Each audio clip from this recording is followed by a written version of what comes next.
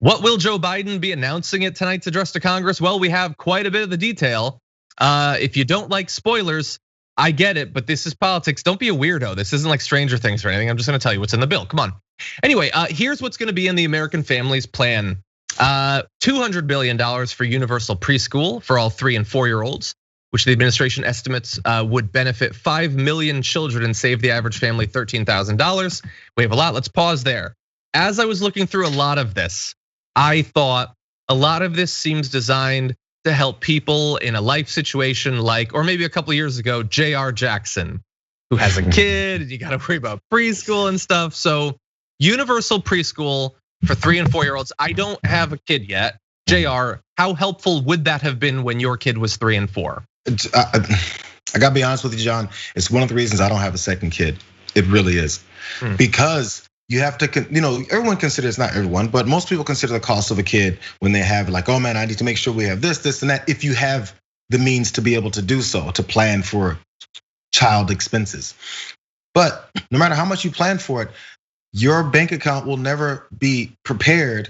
I mean, again, unless you're rich, but your bank account will never be prepared for when you shop around for a preschool for your kid, and then you discover that there's no such thing as an affordable preschool. Yes, there's some that are more affordable than others, but there's no such thing as a preschool where you're like, oh yeah, my kid's going off to school and I don't think about that. That's great. Every time you go, man, are they doing the right thing? Because I'm paying $1,200 a month for this garbage. Oh God, it's $1,200 a month. Oh man, that's the median. Well, what's below that? I'll do the below that then.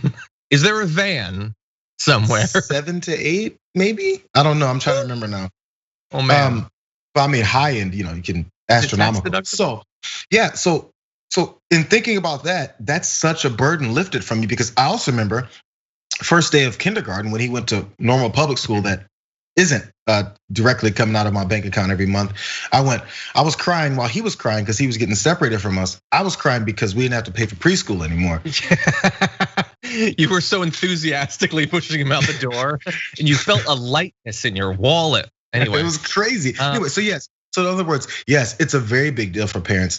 And also I'm not sure how I would pair up with which preschools you can send your kids to. All those type of things would have to be ironed out. Maybe that's gonna get addressed. But the point is that it's a very big deal for parents to have to wonder about their kid, because you want your kid to go to preschool. We talk about all these studies about pre-education helps a child with this kind of development. If you do this with your child at birth, to this age, to that age, all that stuff gets pushed and everyone's concerned about it, but then there's no means for everyone to have that kind of connection for their children. So why are we pushing it so hard if we don't want our kids to have it? Now I'm gonna give you more details on this. Bear in mind, this is not something that has already been passed. This is something that's being proposed. Let's find out what both the parliamentarian and Joe Manchin think about it. But anyway, you also have $109 billion to offer 2 free years of community college to all Americans who want it. An increase to the maximum Pell Grant award as well. Wait, it's 2 free years of community college? Like they're not doing the full 4? I don't know, that seems weird. Anyway, 2 years, right? Is that generally? Yeah, I mean, I guess. But is that including? What about like when you transfer? Then you're on your own hypothetically. Anyway, I guess we'll get more details. Double scholarships for students studying to become teachers. I like that. $2.25 billion to make childcare more affordable. That doesn't seem like much money considering the scope of the problem, but they have something for it. Creating a national comprehensive paid leave, family and medical leave program. That seems good, as well as tax credits and cuts. Things like extending the expanded ACA premium tax credits, making health insurance cheaper for millions, extending the child tax credit, a bunch of things like that that generally seems good. And the thing is, we're gonna give you again those pre-actions from Fox. Now, is this what, if I were in charge, we'd have? No, it would be different and bigger. If Bernie had won, totally. That said, most Americans are going to hear this and think, good. And when I say most Americans, I don't mean lefties or centrists. I mean, there are lots of conservatives who have kids and have been through Jayar's situation with preschool, or maybe their kids want to go to college. I know colleges are where you go and get indoctrinated by commies or whatever, but like maybe you want your kid to be a doctor or a lawyer. I don't know. And it's really expensive. So it kind of seems nice to have some of this stuff.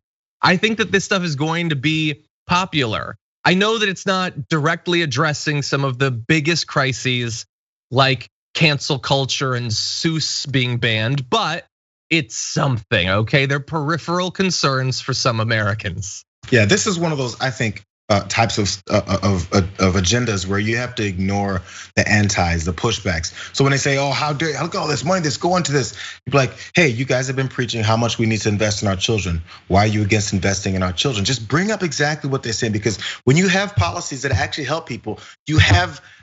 Honestly, and this is what a lot of conservatives hate hearing, or at least they say libs and progressives want, this moral high ground. Yes, you're damn right. I'm on the moral high ground.